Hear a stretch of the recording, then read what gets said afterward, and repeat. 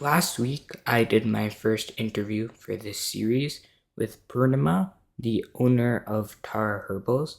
So, Tara Herbals sells beauty products that are made with ancient practices from India that have worked for thousands of years. All their products are almost completely plant based. If you're interested, I'll put the link in the description. Otherwise, enjoy the interview. Hi, this is Poornima from Tara Herbals. Would you like to introduce yourself? Hi. Yeah, sure. My name is Poornima. I'm the owner of Tara Herbals, and I make Indian-inspired skincare and hair care products. Every product of mine, I do it. I formulate it very passionately, and they're deeply connected to me. They have a story to tell, and above all, they carry 1,000 years of traditions and customs that have existed in India. That's great. So, how did you come up with the idea?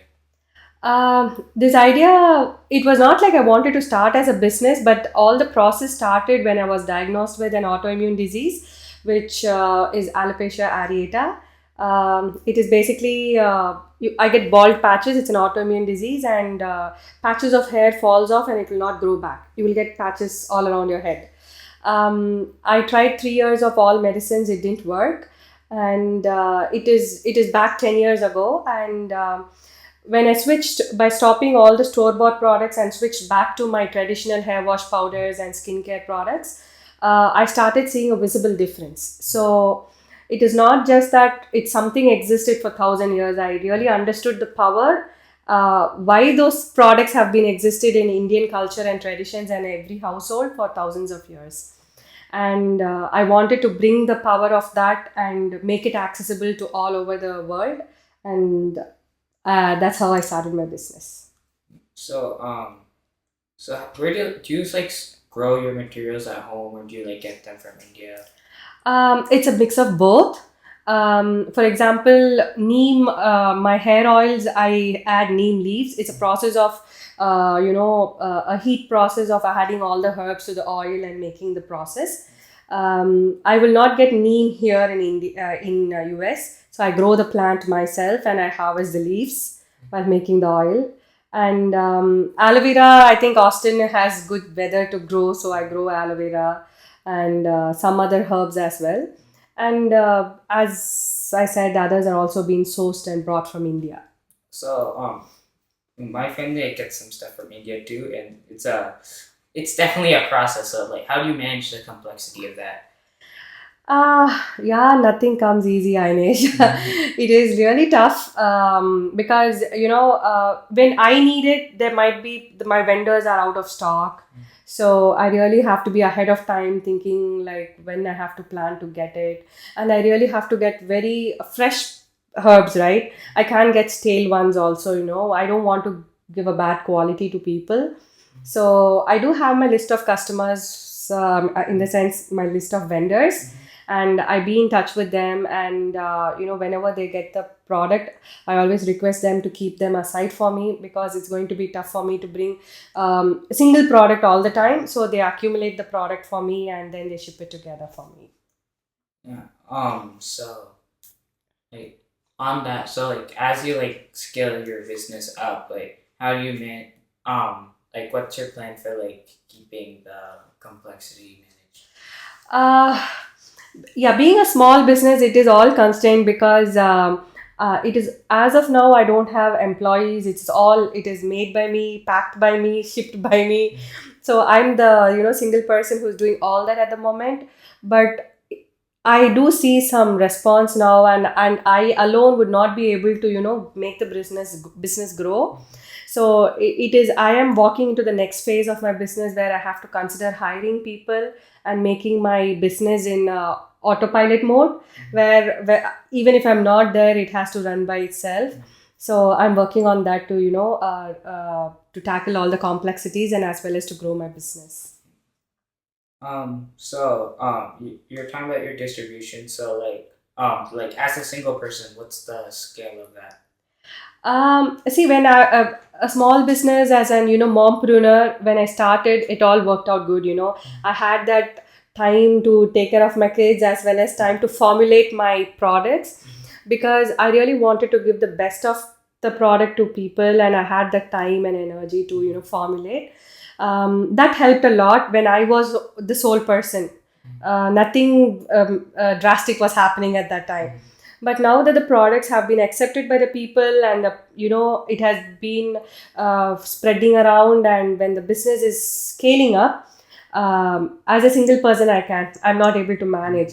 If I concentrate on marketing, my manufacturing is getting affected. If I concentrate more on manufacturing, my marketing is getting affected. It is just I'm just telling, but there are other phases of the business as well. So I really, a single person will not work out henceforth. So I need to figure out a way to bring in more people to assist me, as well as to grow the business in an autopilot mode. So, where do you like distribute your products? Is it like only Austin, only Texas? Yeah. My products are sold online through my website, www.taraherbals.com. And I have my products, a few of my products are available on Amazon. So yeah, if you go and search Tara Herbals on Amazon, you would be able to find my products available on Amazon as well. And in Canada, Amazon Canada as well. So far I have my products available on these platforms. And as I said, the constraint of working alone is not helping me to do anything better in all aspects. So I should do much better now. So, are you thinking about like using any third-party companies to help you distribute? Uh, Distribution management, third parties company to distribute is always Amazon. Already Amazon, I'm using Amazon, but it is not. I would not say I would need a third party distributor, because I'm very much involved in the business. But it would mean by hiring more people and managing it myself. If I'm not in the country, then I might be dependent on any distribution centers, just shipping the product and having it shipped by them.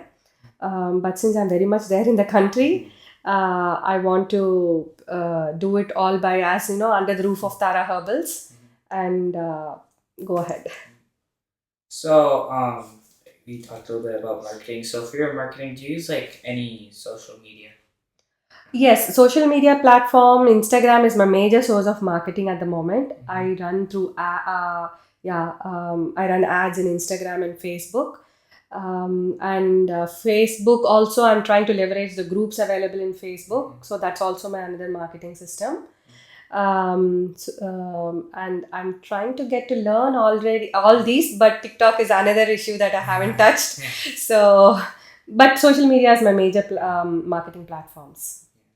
So, like you said, major. Is there like any marketing you do outside of social media? Yes, I do WhatsApp groups. You have many local groups here in WhatsApp groups. So I do marketing through WhatsApp as well. So I reach out to the groups, and I share my products and all that. And obviously, I always thank my customers who have been always kind and referring to other people. And that word of mouth marketing is like I'm always grateful to, because when you tell personally to a person that I like this product, it adds 100 times more value to that product. So I'm always grateful to my in the sense, like my customers, who tell about my products, who are happy and tell about my products to others. When you talk about, I'm gonna be a little let's talk a little more specific about the brand. So when I say brand, like part of your brand, like the logo, right? The colors, right? So that kind of brand, like in terms of like aesthetics, how much have you managed to grow that? Like, did you create like a logo and then a brand guide and like style and colors?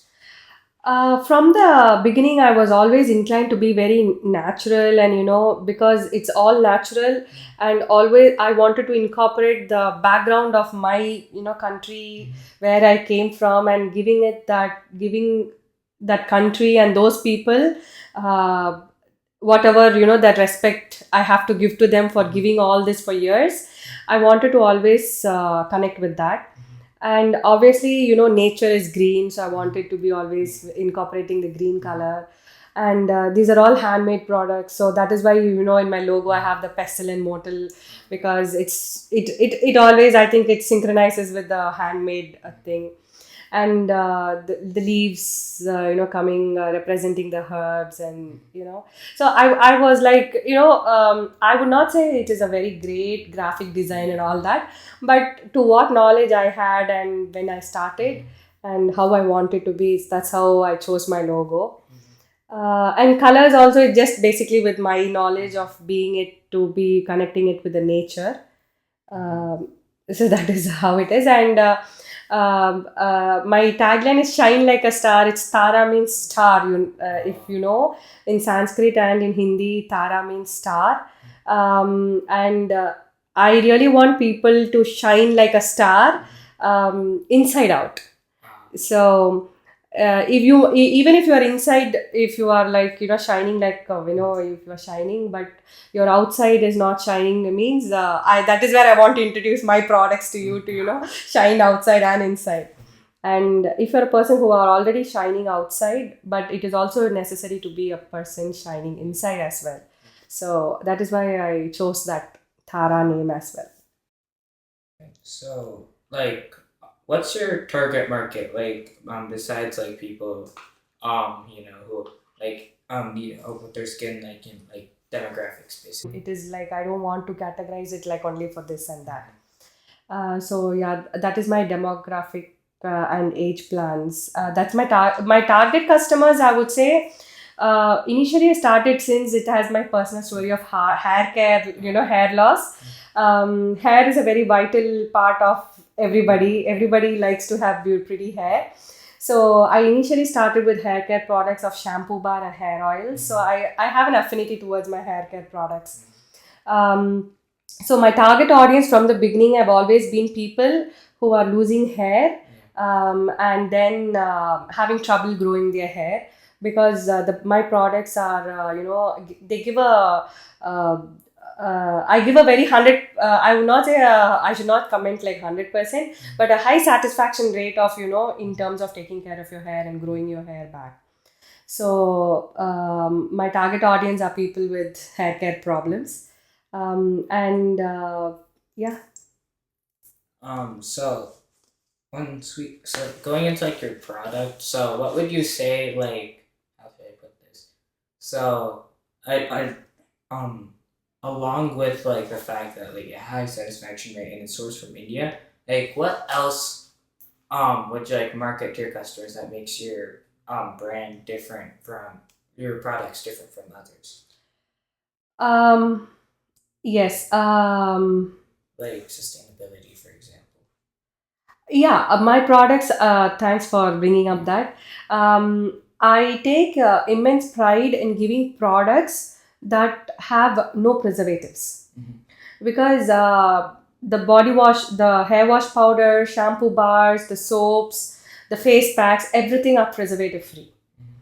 Um, I started formulating gel face packs and gels, and even oils are preservative free. And those will have preservatives that are also nature friendly and skin friendly.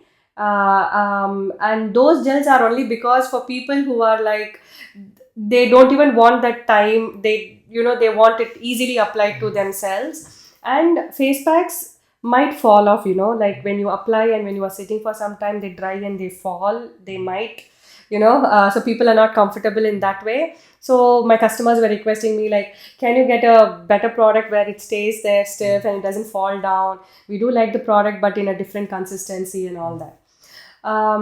So I understood, and I started bringing few products as per the requirement. But I take immense pleasure in saying that most of our products are preservative free, as well as we give eco-friendly packaging. We try the best to avoid as much as plastics as possible in packaging, to save our world for our future generations. Yes. So I've Yeah. always been curious about this in terms of beauty products. So how do you like test your products? Yeah, our products are cruelty free. We don't test on animals. We only test on human beings. And in the initial stages, it has always been my husband and my kids and myself. because I started with hair oils. Because hair oils has already been existing in our families, and so we know how it works. So I made my own hair oil, and then we started using it. And then when I started my shampoo bars and my regular soap bars, it was us we were using every day. We use the soaps and shampoo bars. And when my friends started knowing that we are doing such things, they started volunteering. If you are doing any new product, we are happy to test and tell you. So I take this moment to thank them who have always volunteered and supported me through my journey. So this is how I test, at least in Tara Herbals. So this is how I test the products, and there's always a disclaimer. See, because I only have an accessibility and availability of only few people accepting my request, but this product would be reaching more than people whom I would expect, and any one of the ingredient might not be comfortable for their skin. So that is why I always recommend people to do a patch test, and that is extremely important, even if it is a preservative free product or natural product, because the component turmeric, the entire world renounce about turmeric. You know how good it is, how antiseptic it is, and all that. It is good for your skin, but there are few people who can eat turmeric but cannot apply on the skin. There are few people who can apply on the skin, cannot eat turmeric, but it's a natural compound. You understand? Yeah. So that is why even the major skincare products, cosmetics people, and people like us who deal with skincare products always request customers to do that patch test, to apply it on the skin and check if it is suiting you or not, and that is very important. Yeah. So, like talking about like the future. So, do you ever like want to put your products in like a retail store, like not Sephora, but like Target, Walmart? I would love, that's one of my dream. Yes, I would love to. So, yeah, what are your like future plans for the business? Um, Future plans is, yeah, like I have my goals.